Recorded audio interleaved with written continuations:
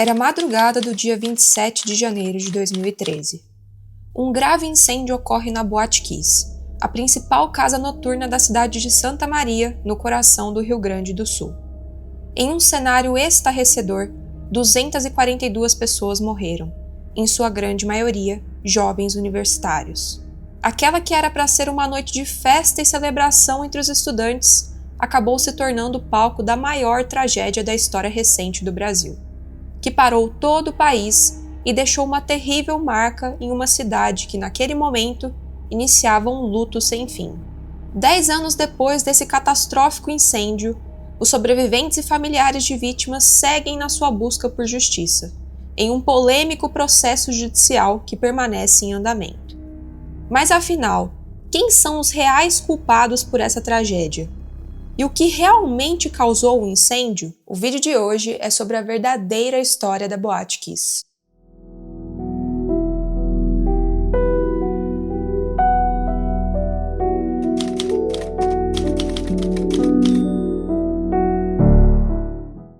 Ei, gente, tudo certinho com vocês? Sejam todos bem-vindos ao canal Narradora da Memória. Eu sou Ana Pérez. E aqui no canal eu conto a história para vocês de desastres, tragédias e momentos que marcaram o Brasil e o mundo. Então, se você se interessa por esse tema, já se inscreve para não perder os próximos vídeos. E o caso que eu vou narrar hoje para vocês é o caso do incêndio na Boate Kiss, que aconteceu em janeiro de 2013 na cidade de Santa Maria, no Rio Grande do Sul, e se tornou o segundo maior incêndio de toda a história do Brasil. Esse incêndio deixou 242 mortos e 636 feridos, que em sua grande maioria eram jovens universitários, porque a cidade de Santa Maria é uma cidade universitária que tem várias faculdades importantes, como a Universidade Federal de Santa Maria. Então, naquela madrugada que estava acontecendo o evento na Boate Kiss, tinham vários jovens estudantes lá. Esse caso assustou muito o Brasil porque ele expôs uma série de problemas e irregularidades que aconteciam na boate que acabaram causando o incêndio. Então essa era uma tragédia que realmente poderia ter sido evitada. Então aqui nesse vídeo eu quero contar certinho para vocês como tudo aconteceu, quais foram as principais causas do incêndio e principalmente quem são os responsáveis e culpados por essa tragédia. Eu também quero comentar um pouco com vocês sobre possíveis causas sobrenaturais e maldições relacionadas à Boate Kiss. Recentemente, principalmente na internet, muito se tem falado sobre possíveis relações com o misticismo, possíveis maldições que estariam relacionadas à Boate Kiss e que seriam a principal causa do incêndio. Mas aqui eu quero falar disso com vocês de uma maneira bastante crítica, principalmente para a gente se questionar se será que vale a pena trazer esse tipo de assunto quando a gente fala de um desastre tão grande quanto foi o incêndio na Boate Kiss. Então vamos lá narrar essa história. Então, pessoal, já queria começar falando para vocês que a principal base teórica que eu tive para escrever o roteiro desse vídeo e para gravar esse vídeo foi o livro Todo Dia, Mesma Noite, da jornalista Daniela Arbex, que foi lançado no ano de 2018. Esse livro ele vai recontar a história da Boate Kiss através de relatos de sobreviventes, familiares de vítimas, pessoas que estiveram diretamente envolvidas no resgate, nesse acompanhamento e que puderam perceber de fato todo o impacto que esse incêndio trouxe para a cidade de Santa Maria. A Daniela Arbex, gente, ela é uma importante jornalista e escritora brasileira e a narrativa que ela traz nesse livro aqui é uma narrativa muito delicada, muito respeitosa, que realmente consegue trazer em palavras toda a magnitude dessa tragédia. Então esse é um livro muito importante se você quer entender como o incêndio da Boate Kiss afetou a cidade de Santa Maria e fez com que a cidade entrasse realmente num processo de luto muito complicado. A série da Netflix Todo Dia, Mesma Noite, que foi lançada recentemente, ela é baseada no livro da Daniela Arbex, mas é uma série ficcional, né, gente? Então a leitura do livro ela é indispensável, é um livro muito interessante, principalmente se você, assim como eu, se interessa pelo tema de tragédias e desastres e tem um interesse em saber um pouco mais sobre o caso da Boate Kiss. Bem, gente, a cidade de Santa Maria é uma cidade que fica localizada no centro do Rio Grande do Sul. Inclusive, ela é conhecida como o coração do Rio Grande justamente por conta dessa localização geográfica que ela tem. Na época em que aconteceu esse incêndio, a cidade tinha por volta de 260 mil habitantes e 30 mil desses 260 mil eram estudantes universitários. Isso porque a cidade de Santa Maria é uma cidade universitária. Nela a gente tem a Universidade Federal de Santa Maria, que é uma das principais universidades federais do Brasil, mas não só ela, como várias outras faculdades privadas, particulares, são muito concorridas e buscadas por estudantes de todo o Brasil. E justamente por ser uma cidade universitária, Santa Maria também tem uma vida noturna bastante movimentada. É uma cidade que tem várias casas noturnas, baladas, espaços para shows, justamente para poder atender essa demanda dos estudantes. E uma das casas noturnas que eram mais conhecidas da cidade era justamente a Boate Kiss, que era uma boate muito famosa, que na época que aconteceu o incêndio era a principal casa noturna de Santa Maria. Só que a Boate Kiss, gente, desde o momento que ela foi inaugurada, ela já apresentava vários problemas. Inclusive, ela foi inaugurada sem que sequer tivesse autorização da Prefeitura de Santa Maria para começar as obras naquele local. Então, realmente, ela já teve vários problemas. No ano de 2009, quando ela foi inaugurada, ela foi multada 5 vezes por descumprir uma série de regras, então ela estava com uma série de problemas desde o momento que ela foi, de fato, lançada e inaugurada. No final de 2010, a Boate Kiss foi adquirida por um jovem empresário que era o Elisandro Calegaro, mais conhecido como Kiko. O Kiko, gente, ele era então esse jovem empresário, ele inclusive era músico também, ele tinha uma banda, e pelas informações que eu encontrei, ele adquiriu e comprou a Boate Kiss com o dinheiro que ele recebeu do pai dele. E a partir disso, ele foi administrando a boate, e foi justamente nas mãos do Kiko que a Boate Kiss começou a fazer muito sucesso e veio a se tornar a principal balada de Santa Maria. A Kiss estava atraindo vários públicos, as principais festas universitárias e shows que aconteciam eram sempre na Boate Kiss, então todo mundo queria muito participar da boate, ir nas festas e estar na vida noturna da Kiss. E a verdade, gente, é que a Kiss ela era a cara do Kiko. Tudo que estava relacionado à boate estava relacionado diretamente a ele. E ele, inclusive, era conhecido pelas pessoas da cidade como Kiko da Kiss. Só que, gente, mesmo diante desse cenário de grande sucesso, da Kiss atraindo muito público, o Kiko estava passando por uma série de problemas financeiros. Parte desses problemas estavam acontecendo, de fato, por má administração, porque ele era um jovem empresário, ele não tinha muita experiência realmente em administrar o dinheiro, então isso estava afetando diretamente a questão financeira da Kiss. Mas, além disso, o principal fator que trazia esse problema financeiro para o Kiko eram as irregularidades envolvidas com a boate. Porque assim, gente, esse tipo de espaço, de casa noturna, de balada, tem que responder a uma série de questões envolvendo a prefeitura, o Ministério Público e o Corpo de Bombeiros. Então, esses espaços têm que ter alvarás, tem que passar por vistorias, tem que estar de acordo com essas exigências legais mesmo para garantir a segurança do público. Só que o fato, gente, é que a Kiss ela nunca esteve 100% regularizada em nenhum momento que ela esteve em funcionamento. A verdade é que não teve nunca um mês sequer que a Kiss estivesse certinho, com todos os alvarás, com todas as vistorias feitas. Inclusive, na época em que aconteceu o incêndio, meses antes, a Kiss estava sem o seu alvará de prevenção e proteção contra incêndios, então isso mostra que realmente tinham vários problemas, várias irregularidades relacionadas a essa casa noturna. Então foi isso, gente. De fato, durante esses 3 anos e meio, mais ou menos, que a Kiss esteve funcionando, ela nunca esteve 100% certinha. Só que isso nunca fez com que a Kiss parasse de funcionar, com que fosse proibido acontecer eventos. De fato, mesmo tendo essas irregularidades, a Kiss continuava funcionando até, infelizmente, acontecer o incêndio. Diante desses problemas financeiros, entra uma outra figura para ser sócio, empresário e administrar a boate, que foi o Mauro Hoffman. O Mauro Hoffman, gente, ele era um empresário do ramo dos eventos, ele era mais velho que o Kiko, ele tinha bastante experiência, então ele entra para administrar a Boate Kiss para, de fato, ajudar o Kiko a cuidar da questão financeira. Ele entra mesmo para cuidar da administração financeira da boate. Só que os outros pontos, por exemplo, definir quais seriam os shows, quais seriam as bandas que iam tocar na boate, o que ia acontecer na boate, como ela ia funcionar, que dias ela ia abrir, tudo o restante era o Kiko que cuidava, só essa questão financeira mesmo, de administração financeira que ficava a cargo do Mauro Hoffman. E dentro desses problemas que eu tô falando com vocês sobre a Boate Kiss, um dos principais era justamente as reclamações que a Boate Kiss sofria dos vizinhos, da vizinhança que tinha no entorno da boate. As pessoas reclamavam muito do barulho, da poluição sonora que vinha da Kiss. Inclusive, em 2009, foi aberto um inquérito civil para investigar todas essas reclamações que vinham das pessoas, mas quando aconteceu o incêndio, esse inquérito ainda estava em andamento. E aí, para poder resolver esse problema do barulho que estava tendo, o Kiko decidiu pedir para alguns funcionários dele aplicarem uma espuma no teto da boate para fazer o isolamento acústico. Só que esse tipo de isolamento desses espaços, gente, tem que ser feito com material muito específico, com uma espuma muito específica. Só que, obviamente, eles não compraram essa espuma.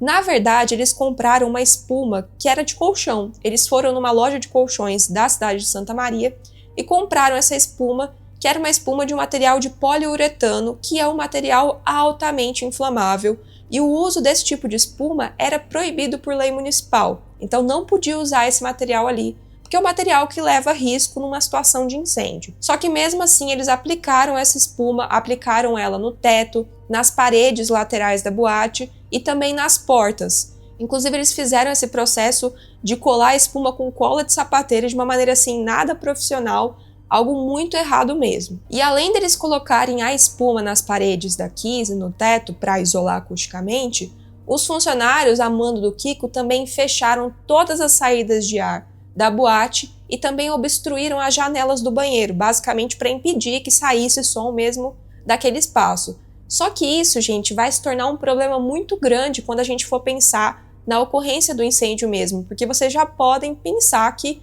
um espaço totalmente fechado com fogo e fumaça vai gerar muitos problemas. E o último ponto sobre esses antecedentes do incêndio é que meses antes de acontecer essa tragédia mesmo, a Kiss passou por uma vistoria que foi feita pela Prefeitura de Santa Maria, pelo Ministério Público e pelo Corpo de Bombeiros.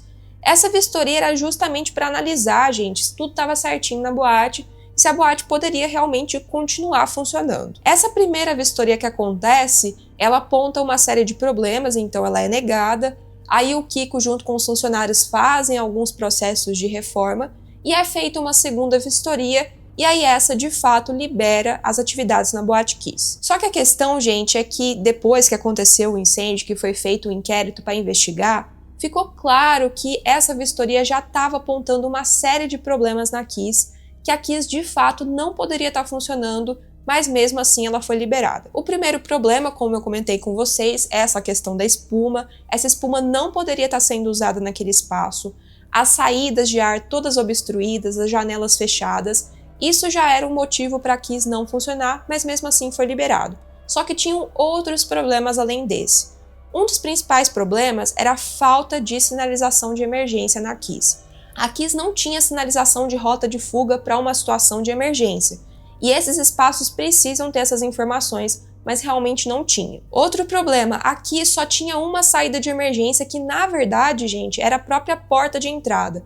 Então, na mesma porta que as pessoas entravam, elas saíam, e não tinha nenhum outro espaço para saída de emergência, e isso era um perigo. E além disso, a porta mesmo de entrada da Kiss, ela era muito pequena para uma situação de várias pessoas terem que sair ao mesmo tempo. Outra questão é que na entrada da Kiss mesmo, tinha uma série de grades, guarda-corpos que eram localizados ali na área da bilheteria para organizar a entrada das pessoas. Só que numa situação de emergência, essas grades ali obstruiriam a passagem das pessoas, que foi justamente o que aconteceu.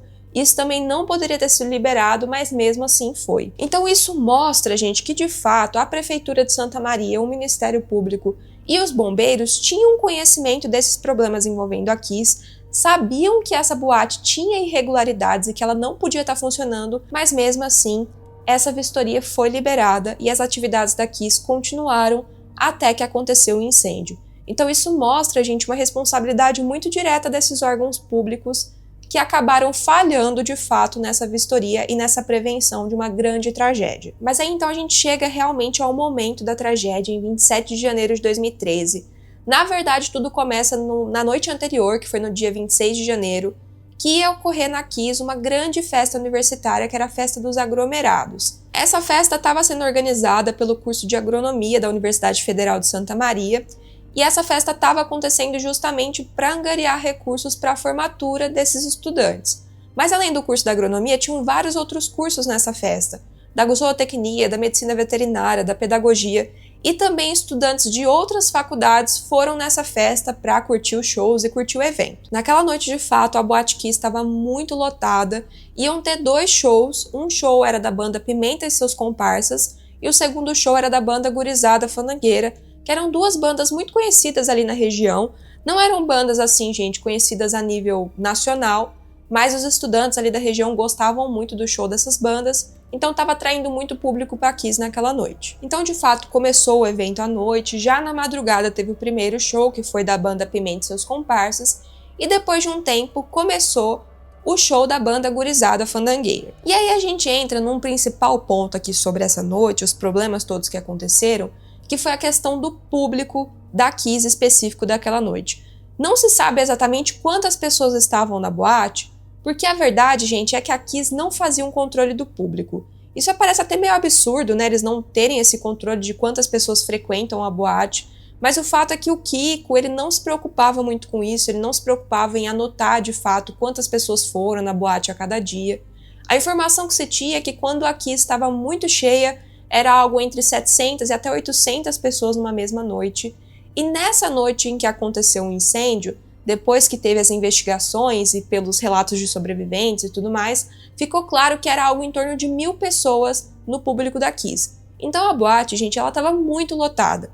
Sobreviventes relataram que para você andar na boate, por exemplo, para sair da área do palco e ir para o bar, você tinha que literalmente ir empurrando as pessoas, porque estava todo mundo muito grudado. Então realmente tinha uma superlotação na Kiss naquela noite. E aí, como eu falei pra vocês, na madrugada, de fato, começou a acontecer o show da banda Gurizada Fandangueira, que era o momento mais aguardado mesmo da noite, porque a banda Gurizada Fandangueira, gente, ela era uma veterana da Kiss, e ela era conhecida pelo show de pirotecnia que era feito, né? Então, realmente, o vocalista da banda, que era o Marcelo de Jesus dos Santos, ele costumava fazer um show de pirotecnia, pegar fogo de artifício mesmo, e utilizar durante o show pra animar a plateia, animar o público. Então todo mundo gostava muito de assistir o show deles por conta disso. Só que a questão principal é que esses artefatos pirotécnicos, gente, eles precisam ser comprados certinho, porque tem alguns deles que são usados para ambiente aberto, mas tem os que são específicos para ambiente fechado, justamente por uma questão de segurança, para impedir possíveis incêndios. Só que eu acho que vocês já devem estar pensando que eles não compraram o correto, e foi exatamente o que aconteceu. O artefato pirotécnico que eles usaram naquela noite na Kiss, ele não era para ambiente fechado, ele era, na verdade, para ambiente aberto. Principalmente porque o artefato pirotécnico de ambiente fechado, ele era mais caro. Então eles acabaram optando pelo mais barato, mas assumiram esse risco de realmente causar uma grande tragédia, que foi o que aconteceu. Por volta das 3h17 da madrugada, o Luciano Augusto Bonilha Leão, que era o preparador de palco ali da banda, ele colocou uma luva na mão do Marcelo, que era justamente para proteger a mão dele na hora que ele fosse ligar o fogo de artifício. E aí o Marcelo liga o artefato pirotécnico, começa a movimentar e a cantar junto com o público. Naquele momento estava tocando uma música que era Amor de Chocolate do Naldo, que foi uma música que fez muito sucesso naquela época. E era uma música bastante movimentada, então o Marcelo, enquanto ele estava ali cantando e agitando com o público, ele começou a movimentar realmente o artefato pirotécnico na mão dele e ele começou a levantar ele. E quando ele levantou, uma das faíscas atingiu justamente a espuma de poliuretano que estava ali no teto da Kiss e que era altamente inflamável. Por conta disso, começa o fogo ali bastante rápido, forma uma chama e pelas filmagens que foram encontradas depois de pessoas que estavam filmando o show na plateia, deu para ver que um dos seguranças da Kiss, ele nota o fogo, ele chega a pegar um extintor de incêndio e entrega na mão do Luciano. Só que esse extintor de incêndio, gente, ele não foi usado. Não se sabe exatamente por quê. Talvez porque ele não tenha funcionado ou porque não sabiam usar ele, né? Porque o extintor de incêndio você tem que saber usar ele certinho para poder ativar. O fato é que ele não foi utilizado. E o Marcelo, ele só largou o microfone, gente. Ele não avisou a plateia, ele não avisou o público, não falou, olha, gente, começou fogo aqui, por favor, saiam da boate. Ele não fez nada disso. Ele só realmente largou o microfone e saiu. E aí, gente, começou o fogo muito rápido, as chamas foram se alastrando muito rapidamente mesmo. Foi se formando uma fumaça muito preta e forte que estava saindo ali da espuma e as pessoas começaram a gritar desesperadas, correndo para a saída para tentar se salvar. Só que foi tudo muito rápido, em questão de 40 segundos, a fumaça simplesmente dominou toda a Boate Kiss, era uma fumaça muito forte, uma fumaça que incomodava de respirar, as pessoas relataram depois que parecia que você estava respirando fogo, a boate estava ficando cada vez mais quente, era um calor intenso, um calor infernal, e de repente fez um estrondo e a boate ficou totalmente escura porque a luz apagou. E aí nesse ponto, gente, é uma questão muito triste, muito trágica, porque depois nas investigações ficou claro que a distância ali do palco, de onde estava acontecendo o show, até a saída da Kiss, ela não era muito grande, era questão assim de 32 passos. Mas o que aconteceu é que basicamente no momento em que a luz apagou e que estava aquele fogo intenso e começou uma gritaria, as pessoas ficaram basicamente perdidas ali. Porque no mapa da Kiss, que foi colocado depois, eu até vou colocar uma foto aqui para vocês entenderem, basicamente como que era. Quando você entrava na Kiss, você tinha à direita a área da bilheteria, seguindo mais para frente tinham os banheiros, aí seguindo à direita tinha um espaço ali de danceteria, tinha um camarote, um bar, e à esquerda tinha o espaço do palco de fato e também ali o espaço que estava todo o público. Só que a questão é que quando a luz se apagou, aquele espaço ali se tornou um labirinto, porque as pessoas não sabiam para onde correr, porque como eu falei para vocês, não tinha sinalização de emergência. Então as pessoas ficaram praticamente perdidas, todo mundo gritando, e as pessoas que chegaram ali na porta, logo de início, ainda teve uma outra questão, que foi o fato de que os seguranças impediram a saída das pessoas inicialmente. Eles ainda não tinham percebido do que estava se tratando, não tinham entendido que era um incêndio, e eles acharam que na verdade era uma briga. E eles não deixaram as pessoas sair porque elas tinham que pagar as comandas. Então demorou alguns segundos até os seguranças entenderem que se tratava de um incêndio e liberar o público. E infelizmente isso acabou impedindo que várias pessoas se salvassem, gente. Dentro dessa situação de desespero, realmente, as pessoas só corriam para algum lugar, corriam para tentar se salvar. Muitas pessoas começaram a se esmagar uma nas outras, estava formando uma grande quantidade de pessoas ali na porta de saída. Porque, como eu falei para vocês, a porta ela era muito pequena, então ela não estava comportando a quantidade de pessoas que tentavam sair ao mesmo tempo. Aquelas grades que estavam na frente, que eu tinha comentado também, impediam, várias pessoas começaram a tropeçar, e o que aconteceu é que muitas pessoas caíram no chão e começaram a ser pisoteadas e esmagadas, e foi formando uma grande quantidade de pessoas ali na porta que não estavam conseguindo de fato sair da boate. Para além disso, teve uma outra questão muito triste, é que muitas pessoas na hora do desespero correram para os banheiros para tentar se salvar, acharam que se tratava de alguma saída, e quando elas entraram nos banheiros, elas ficaram presas, porque não tinha para onde sair, era realmente um cubículo, um espaço muito pequeno, todas as janelas estavam fechadas, então muitas pessoas acabaram falecendo dentro do banheiro. E os relatos dos sobreviventes, gente, foram relatos muito terríveis, porque as pessoas basicamente estavam gritando, desesperadas, o fogo muito forte. A maioria das pessoas não faleceu por conta de queimaduras, mas teve casos, de fato, de pessoas que foram queimadas, porque aquela espuma que estava no teto, ela começou a cair borracha muito quente que machucou as pessoas, era difícil de respirar, as pessoas iam perdendo o ar de fato, e quem não conseguia sair da boate estava cada vez mais passando mal e acabavam ficando desacordados mesmo. As pessoas que conseguiram sair logo assim no início do incêndio, rapidamente ligaram para o Corpo de Bombeiros, e o Corpo de Bombeiros foi até a Kiss para poder atender essa demanda. Só que quando os bombeiros chegaram lá, gente, foi em questão de minutos mesmo, mas quando eles chegaram, a maioria das pessoas já estavam mortas. Eles entraram dentro da Kiss com os cilindros de oxigênio, que era um equipamento muito pesado, e eram poucos bombeiros para a quantidade de pessoas que precisavam de ajuda, era uma demanda muito grande. Como eu falei para vocês, uma casa noturna com 1000 pessoas naquela noite, então foi um processo muito difícil, eles tentavam resgatar as pessoas, várias pessoas já começaram a ser ali resgatadas e atendidas naquele momento na calçada, e estava ficando evidente que aqueles jovens estavam sendo afetados pela fumaça de fato, porque eram quadros de asfixia. Aqueles jovens rapidamente tinham que ser entubados e levados para os hospitais, porque eles estavam tendo um comprometimento completo do sistema cardiorrespiratório. Nesse momento de caos completo, definitivo, os bombeiros acabaram liberando uma situação que posteriormente foi muito criticada, porque de fato, gente, não faz parte do esquema correto de segurança e do processo de resgate. Mas naquela situação de uma demanda muito grande, os bombeiros acabaram liberando que alguns jovens, algumas pessoas que já tinham conseguido se salvar, voltassem para dentro da boate. Esses jovens estavam voltando para dentro da Kiss porque eles queriam procurar amigos, colegas, até mesmo irmãos, familiares que se perderam nesse momento de correria para sair ali da boate. E eles chegaram a colocar no rosto camisetas, né, para poder tentar proteger realmente o nariz da fumaça que era muito forte. Só que o que aconteceu, gente, é que infelizmente algumas dessas pessoas que retornaram para Kiss acabaram falecendo por conta de inalar aquela fumaça, que eles não sabiam exatamente do que se tratava, mas estava claro que aquela fumaça estava envenenando e intoxicando as pessoas. Foi se formando uma grande quantidade de pessoas ali, muitas pessoas começaram, curiosos, a tentar ver o que estava acontecendo, sobreviventes, e as pessoas, para ajudar no processo de resgate, começaram a, de fato, marretar e tentar quebrar a parede da Kiss para liberar um espaço para entrada e saída de pessoas. Só que, de fato, gente, quando esse pessoal conseguiu quebrar a parede, a maioria das pessoas que estavam lá dentro da Kiss já estavam mortas, infelizmente, em questão de minutos. várias pessoas faleceram dentro daquele espaço. A boate ficou toda destruída, a parte de cima ali do teto, que era onde tinha a espuma de fato, foi toda destruída, toda queimada.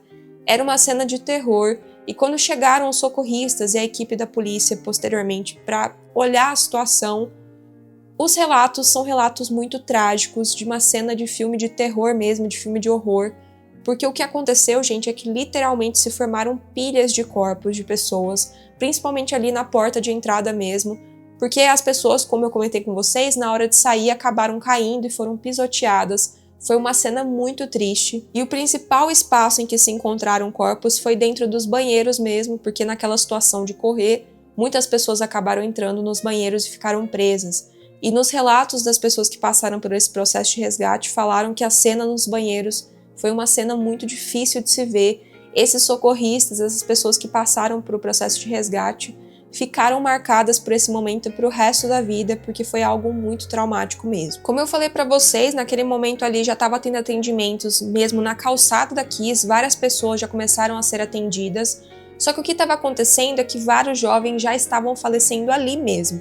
Vários jovens que conseguiram sair de dentro da boate, que não estavam com sinais de queimadura e nem nada, simplesmente faleciam, tinham convulsões, passavam mal por conta do efeito da fumaça.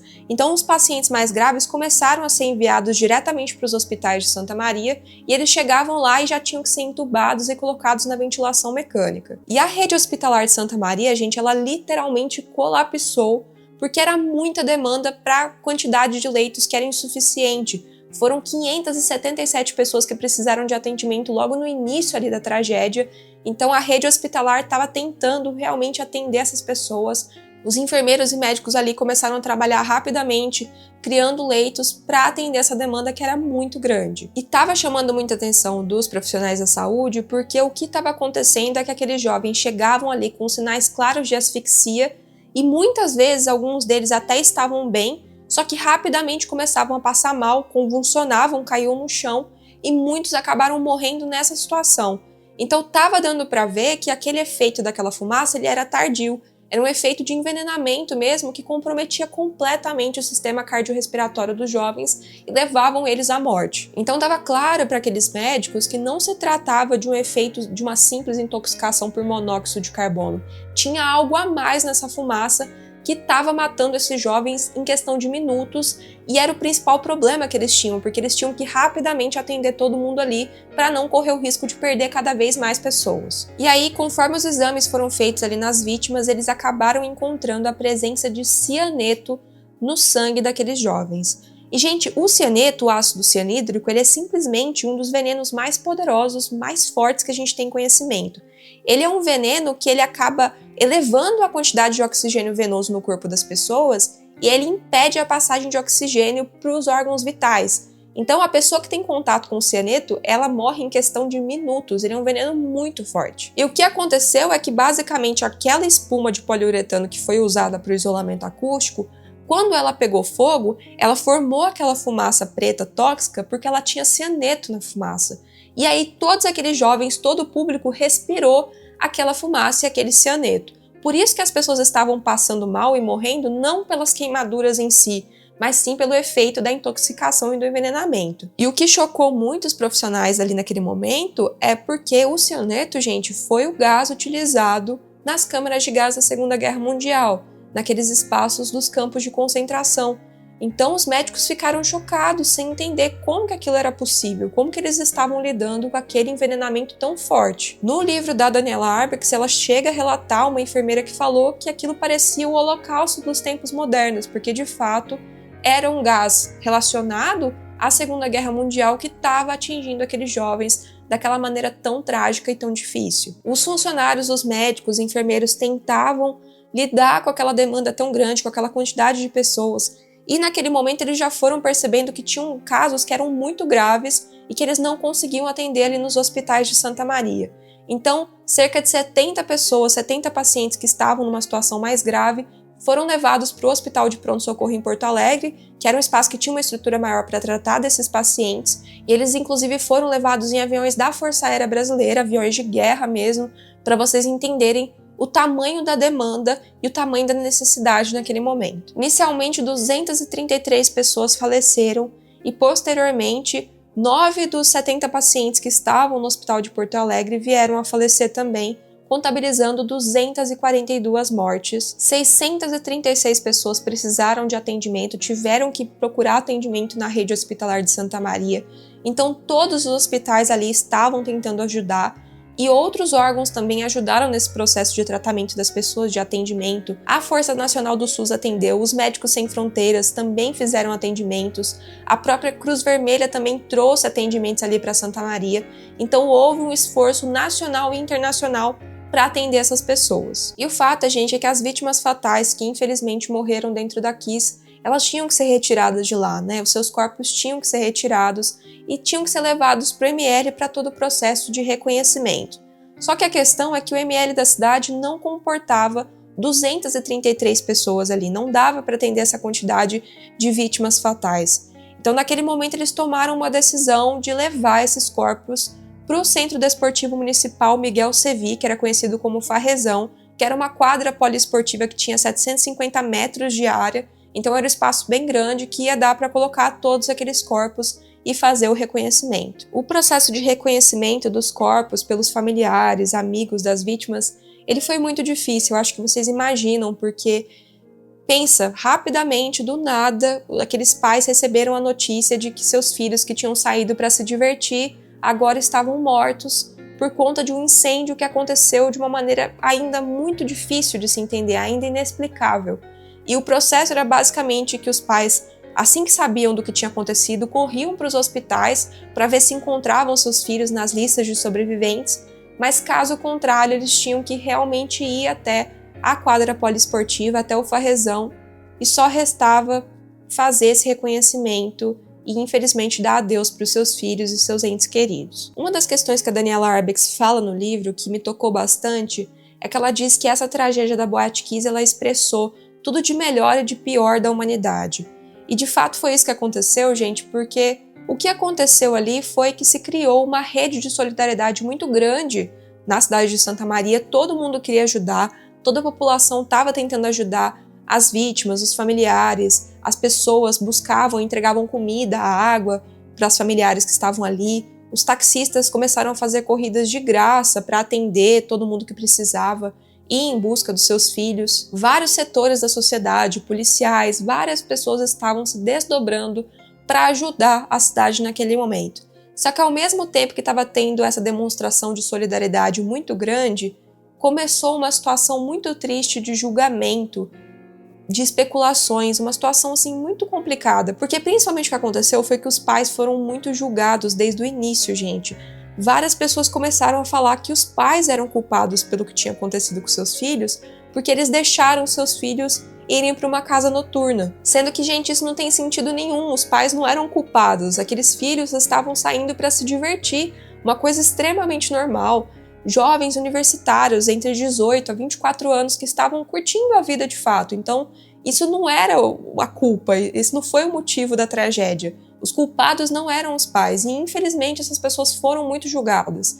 Teve um relato no livro que me chocou muito de um pai e de uma mãe que eles eram muito religiosos, inclusive eles estavam fazendo o velório do filho deles que morreu na Kiss na igreja e a mãe relatou que o pastor da igreja chegou para ela e falou que o filho dela tinha morrido porque era um castigo divino, porque ela permitiu que ele fosse num lugar que não era de Deus. Gente, olha que absurdo. Um pastor que era para ser uma pessoa que naquele momento tinha que trazer uma mensagem de amor, de acalento para aquela família, na verdade estava trazendo julgamento. É uma coisa muito triste de se pensar que pôde acontecer naquele momento. Uma outra coisa que me deixou muito horrorizada também foi um relato que a Daniela falou no livro, que naquele momento ali no Farrezão, que os corpos estavam ali no chão para fazer o reconhecimento pelos familiares, teve um caso de uma pessoa que tentou tirar uma foto dos corpos. Obviamente ela foi reprimida pela equipe que estava lá, mas para pensar, gente, como que uma pessoa tem coragem de tirar uma foto de corpos, de pessoas ali sem vida? É um desrespeito total e infelizmente tiveram fotos que foram divulgadas depois. Honestamente, eu não consigo entender por que as pessoas têm curiosidade de ver esse tipo de coisa. Isso é extremamente desrespeitoso, chega a ser desumano, gente. E infelizmente teve muito. E para além disso, é claro que tem um outro ponto muito triste, que é o seguinte: mesmo diante de uma situação de tragédia, de perda de pessoas, o sistema que a gente vive ele não para de funcionar. Então o que aconteceu é que por conta da alta demanda, o mercado funerário de Santa Maria ele inflacionou. Tanto que um pacote de funeral, gente, naquele domingo ali do dia 27 de janeiro de 2013, chegou a custar R$ 10.000. Então aqueles familiares que estavam passando por um sofrimento gigantesco de perder seus filhos, jovens, praticamente do nada, ainda tinham que lidar com o fato de que faltavam caixões, faltavam velas, faltavam flores, faltavam covas mesmo para enterrar aqueles jovens. E é muito triste a gente pensar que mesmo numa situação de dor e luto tão grande, o nosso sistema, que é extremamente fúnebre, ele ainda encontra oportunidade de lucro, ainda existam pessoas que encontrem oportunidade de lucro dentro da dor e do sofrimento das outras pessoas. É algo inexplicável, incompreensível. Mas infelizmente isso acontece. Ocorreram vários velórios em vários espaços da cidade. Ali no ginásio da quadra poliesportiva, de fato, aconteceu um velório que foi organizado e bancado pela prefeitura, mas tiveram velórios em igrejas, em escolas, em vários espaços realmente para velar e para que esses familiares pudessem se despedir dos seus filhos, dos seus amigos, das suas crianças, porque eram jovens, gente, eram jovens que estavam começando as suas vidas, que estavam começando a trilhar os seus caminhos e que infelizmente tiveram as suas vidas brutalmente interrompidas por esse incêndio. E o Brasil inteiro parou, gente, não é exagero falar isso. O país inteiro se chocou muito com o que estava acontecendo. Os noticiários mostravam a cada minuto atualizações sobre esse caso, e foi um caso que atraiu muita atenção da mídia internacional também, porque o incêndio da Boate Kiss ele se tornou o terceiro maior incêndio no mundo em casas noturnas. Então tiveram notícias sobre esse caso em vários jornais internacionais e também tinha muito julgamento. A mídia queria entender o que seria feito, quais seriam as resoluções depois disso, da investigação. Então os olhos do mundo inteiro se voltaram para Santa Maria naquele momento. A Universidade Federal de Santa Maria, com essa tragédia, perdeu 103 estudantes, então a universidade declarou luto oficial. Santa Maria teve 30 dias de luto oficial e no Brasil foram 3 dias de luto oficial, porque foi algo muito grande, gente. Era como se um Boeing 787, que é um dos maiores aviões do mundo, tivesse caído em Santa Maria do nada, pelo tamanho das vidas que foram perdidas. Uma das falas da Daniela Arbex no livro é que é como se 9.000 anos potenciais de vida tivessem sido perdidos naquele momento,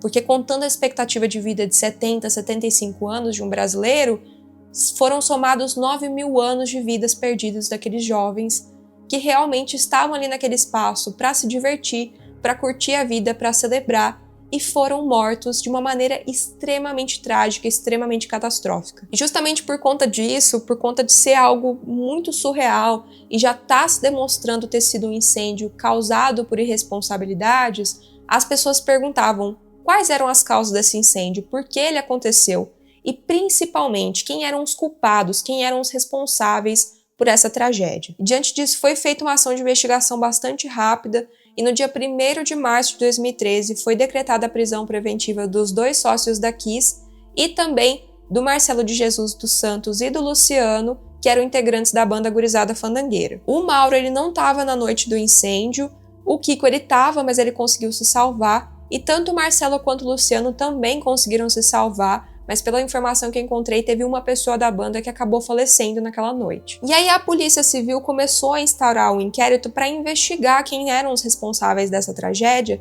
e eles acabaram indiciando 16 pessoas, justamente por essas pessoas terem assumido o risco de matar aqueles 242 jovens, tanto por falta de perícia quanto por irresponsabilidade. E aí o que aconteceu, gente, é que 5 sócios da Kiss, inclusive o Mauro e o Kiko, os 2 integrantes da banda Gurizada Fandangueira, o vocalista e o produtor, e também 2 bombeiros que tinham participado da vistoria da Kiss antes do incêndio, eles foram indiciados por homicídio com dolo eventual, que é quando a pessoa assume atitudes que causam esse risco de matar, e também por tentativa de homicídio. Por homicídio culposo, que é quando não há intenção de matar, foram indiciados figuras importantes de órgãos tanto do Ministério Público quanto da Prefeitura de Santa Maria. Então, nesse cenário, um secretário e um chefe de fiscalização do meio ambiente, um chefe de mobilização urbana e um funcionário da Secretaria de Finanças que tinha emitido o alvará de fiscalização ali da Kiss também foram indiciados nesse sentido. Por fraude processual, foram indiciados um major e um sargento do Corpo de Bombeiros por terem adulterado informações daquele documento da fiscalização e da vistoria da Kiss. Porque o que aconteceu, gente? Eu comentei com vocês antes que a Kiss não tinha um controle de público. O Kiko ele não controlava quantas pessoas entravam na boate todas as noites, eles não sabiam exatamente quantas pessoas estavam lá nos eventos. E o que aconteceu é que naquela vistoria que foi feita pelo Corpo de Bombeiros meses antes da tragédia, não foi calculada a lotação máxima da Kiss, porque esses espaços fechados a gente sempre encontra aquelas placas que colocam lotação máxima e o número de pessoas. E essa é uma informação muito importante que teria que ter sido colocada naquela vistoria e não foi. Só que depois que aconteceu o incêndio, uma dessas figuras ali do Corpo de Bombeiros acabou acessando o sistema e alterando a informação da vistoria, colocando ali a informação de lotação máxima. Mas isso foi verificado depois e por conta disso que essas duas pessoas ligadas ao Corpo de Bombeiros acabaram sendo indiciadas. E além disso, um ex-sócio da Kiss também foi indiciado por questão de falso testemunho. E para além de ter apontado então esses responsáveis, esses indiciados por responsabilidade nesse caso do incêndio, esse inquérito também foi muito importante, gente, porque ele colocou de fato as causas, esses elos da corrente, todos os problemas que acabaram levando ao incêndio, que realmente foram muitos problemas, foram várias causas que juntas ali levaram a essa tragédia. A primeira delas, com certeza, foi o uso daquela espuma de poliuretano, que era um material que não podia ter sido usado para isolamento acústico, que era altamente inflamável. O segundo ponto, o artefato pirotécnico usado pela banda, que era um artefato que não podia ter sido usado em um ambiente fechado. Também teve a questão do extintor de incêndio, que naquele momento não foi usado e que se tivesse sido usado, com certeza teria evitado que o incêndio tivesse tomado aquele tamanho que tomou. As várias irregularidades envolvendo a Kiss, o fato de faltarem alvarás, o fato de faltar vistoria de qualidade, a superlotação que tinha naquela noite, porque a Kiss estava extremamente lotada. Isso acabou interferindo na saída das pessoas. O fato da Kiss ter só uma saída, que era a mesma porta que as pessoas entravam. A porta era uma porta que não comportava a quantidade de pessoas que estavam saindo naquele momento. Tinha dimensões muito pequenas. A falta de sinalização de emergência também, que naquele momento em que acabou a luz, as pessoas ficaram perdidas. Os espaços das janelas, das saídas de ar que estavam totalmente obstruídos.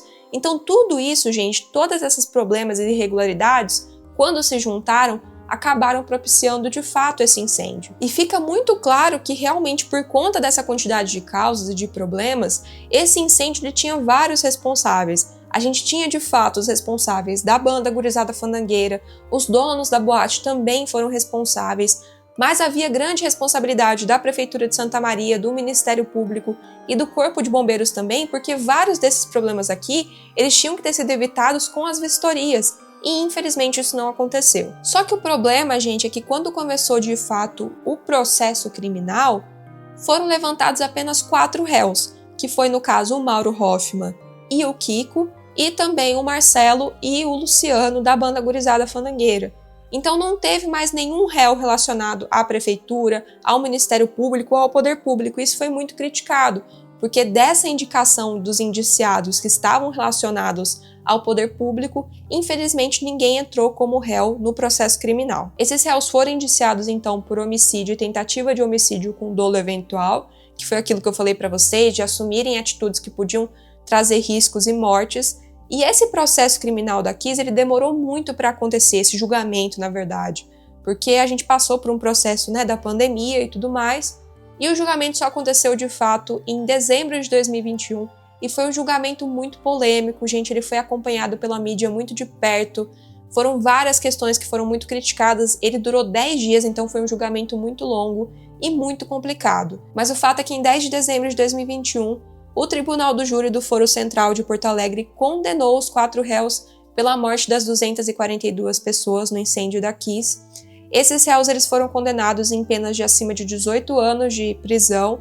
O Kiko foi quem teve a pena maior, ele foi condenado a 22 anos e 6 meses de reclusão. O Mauro a 19 anos e o Marcelo Luciano a 18 anos de reclusão. Só que o que aconteceu, gente, é que a defesa desses réus acabou recorrendo à decisão do Tribunal do Júri, e aí em 3 de agosto de 2022, a primeira Câmara Tribunal de Justiça do Rio Grande do Sul acolheu parte desses recursos e acabou anulando as condenações, anulando a decisão do júri e determinou a realização de um novo julgamento. Então, naquele momento ali em agosto de 2022, o julgamento foi anulado. E aí agora o que está acontecendo é que o Superior Tribunal de Justiça está analisando para ver se eles vão, de fato, realizar um novo julgamento ou se eles vão manter essas condenações. Mas o fato, gente, é que essa decisão ela foi muito polêmica. Várias pessoas ficaram sem entender como isso tinha acontecido, por que eles tinham anulado esse julgamento. Só que a questão, gente, é que de fato foram encontrados alguns problemas que levaram à nulidade desse júri. Honestamente, gente, eu não tenho muitos conhecimentos relacionados a essas questões de jurisprudência, mas eu pesquisei um pouco sobre isso para entender o que levou a essa decisão. Inclusive, eu encontrei um vídeo aqui no YouTube de um juiz de Alagoas, eu até vou deixar o link para vocês na descrição, caso vocês queiram ver depois. E nesse vídeo ele explicou que, de fato, gente, teve várias questões nesse julgamento que estavam erradas, não foram várias questões, principalmente assim, na questão da defesa, da ampla defesa, que foram afetados. Algumas regras básicas do julgamento acabaram sendo quebradas, principalmente no que envolve a ampla defesa e também a parcialidade. Então, por conta disso, esse julgamento foi anulado, por eles terem entendido que esses problemas foram encontrados. Mas assim, independente da questão, porque tem várias pessoas que acreditam que essa decisão foi correta ou que não foi, o fato, gente, é que novamente esse julgamento continua em andamento. São 10 anos que esses familiares estão buscando esse julgamento, que essa situação toda está acontecendo. Então, o que a gente pode concluir é que essas famílias continuam sofrendo muito, principalmente as famílias que estão buscando muito esse julgamento, que querem muito que esse julgamento aconteça.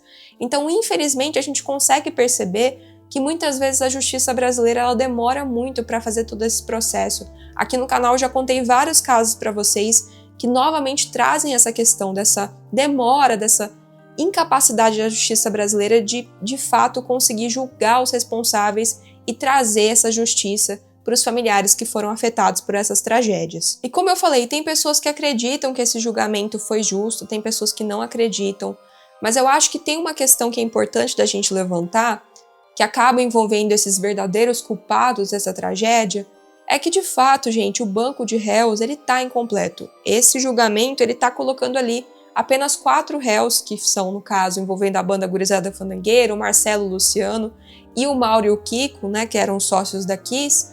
Mas está faltando pessoas, estão faltando representantes de agentes públicos, estão faltando representantes do poder público que foram de fato responsáveis, que estiveram ligados a uma responsabilidade nesse incêndio. Quando eu falei para vocês sobre as causas que foram levantadas pelo inquérito, fica claro, gente, que o Ministério Público, a Prefeitura de Santa Maria e o Corpo de Bombeiros eles foram responsáveis porque aquela vistoria que foi feita na Kiss, ela deixou claro uma série de problemas que não podiam deixar aquela boate em funcionamento, mas mesmo assim ela estava funcionando. E como eu comentei com vocês antes, gente, a Kiss nunca esteve 100% regularizada. Faltava uma série de alvarás, como o alvará de proteção e prevenção de incêndios. Então aquela boate ela não podia estar funcionando, mas mesmo assim ela funcionou naquele dia e funcionou vários meses antes. Então realmente houve uma negligência muito grande do poder público, só que o poder público não foi responsabilizado, não foi colocado no banco dos réus. Então, independente de achar que esse julgamento é justo ou não, é indiscutível que está faltando pessoas, que estão faltando figuras muito importantes nesse banco dos réus, que infelizmente não ficaram lá. E é uma situação muito triste, muito revoltante, gente, porque é uma tragédia muito recente, é a maior tragédia da história recente do Brasil, mas ao mesmo tempo são 10 anos já. 10 anos que se passaram, e a gente sabe que esses familiares sofrem muito com essa demora da justiça, porque é como se isso impedisse que eles pudessem passar por esse processo de luto, gente. É muito julgamento e muito sofrimento. No livro da Daniela Arbex, ela relata várias situações muito complicadas, porque o que acontece é que vários moradores de Santa Maria acabam culpabilizando os familiares das vítimas pela cidade não seguir em frente, pelas crises que acontecem econômicas e financeiras na cidade. Esses familiares são realmente hostilizados por várias pessoas que se incomodam com essa luta por justiça que eles estão fazendo. Inclusive, uma situação que aconteceu que foi muito revoltante é que alguns pais de vítimas foram processados pelo Ministério Público por calúnia e difamação. Porque o que acontece é que vários desses pais e familiares se organizaram numa associação que luta realmente pela justiça desse caso, pela justiça dos seus filhos que morreram, E muitos desses pais acreditam que teve uma interferência muito direta, tanto da Prefeitura de Santa Maria, quanto do Ministério Público nesse caso, justamente pelo que eu falei para vocês, dessa imperícia, dessa negligência que aconteceu. Só que alguns pais fizeram declarações públicas acusando o prefeito de Santa Maria, acusando uma série de figuras e de agentes do Ministério Público, e por conta disso eles foram processados. E é claro, gente, que é muito complicado, porque muitas das coisas que foram faladas ali não tinham comprovações de fato. Só que eu acho que é complicado também fazer esse tipo de julgamento, processar esses pais, porque para pensar a dor que eles estão sentindo, todo o sofrimento que eles estão tendo. Então, realmente, esse julgamento, esse processo não seguiu para frente, mas foi algo muito humilhante e muito triste para esses pais que se viram sendo atacados de todos os lados, até mesmo pelo poder público. Mas nesse ponto relacionado aos familiares que perderam seus filhos, seus entes queridos na Kiss, tem uma crítica que eu faço tanto ao livro da Daniela Arbex, mas também a várias produções, documentários, textos, matérias que são feitos sobre a Boate Kiss, que é o seguinte, gente, geralmente quando esses trabalhos vão falar sobre a Boate Kiss, eles tratam dos familiares das vítimas como se eles fossem um grupo coeso, que quisesse as mesmas coisas e que concordassem com tudo certinho. Só que a verdade é que não, gente. Tem vários familiares que têm opiniões diferentes e que desejam outras coisas relacionadas à memória e à justiça desse caso. De fato, existe essa associação de familiares, vítimas e sobreviventes que estão buscando esse julgamento, que acreditam muito nesse julgamento. Inclusive, na série da Netflix, grande parte dessas figuras foram representadas ficcionalmente, como eu falei para vocês. Mas o fato é que existem outras famílias e outras pessoas que não concordam com as mesmas coisas. Tem muitas famílias, gente, que não concordam com o julgamento em si, que não acham o julgamento correto, que não concordaram com a decisão do júri que condenou aqueles 4 réus. E essas famílias acabam sendo julgadas, acabam sendo criticadas, como se elas estivessem erradas em ter essa opinião. Sendo que, gente, o luto ele é um processo extremamente individual.